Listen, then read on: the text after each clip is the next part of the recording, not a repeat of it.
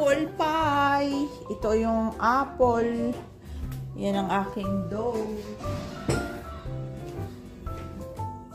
Gumagawa ko ng apple pie. Gabing-gabi na, 11:30 na.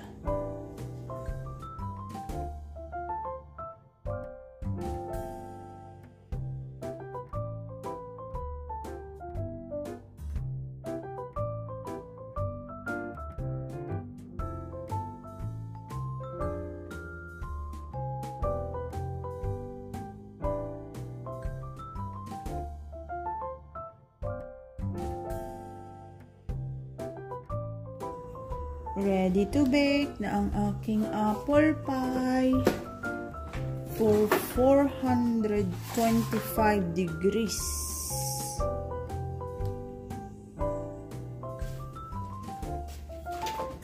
Minutes. And then, ibaba mo ng 350 to 445.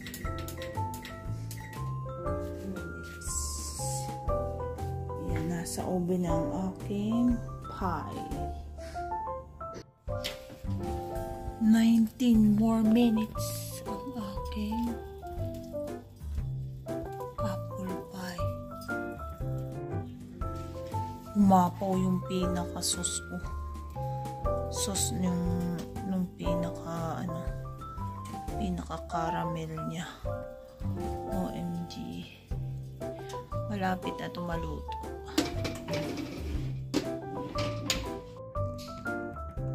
Naluto na ang apple pie. My homemade apple pie. It's 12:45 AM na ng madaling araw. Hinintay ko pang maluto kasi umapaw nga o dinoble ko yung tray. Yung unang tray nilagay ko maliit kaya umapaw pa rin siya kaya nilagyan ko pa ng isa pang malaking tray. Naparami ata o nagtubig yung aking apple. I don't know what happened. Ayan. Bukas na ito makakain kasi it's 12:46 na ng kailangan pa itong i-rest ng 1 hour to 2 hours. Bye guys. Madaling araw na ng 12:46.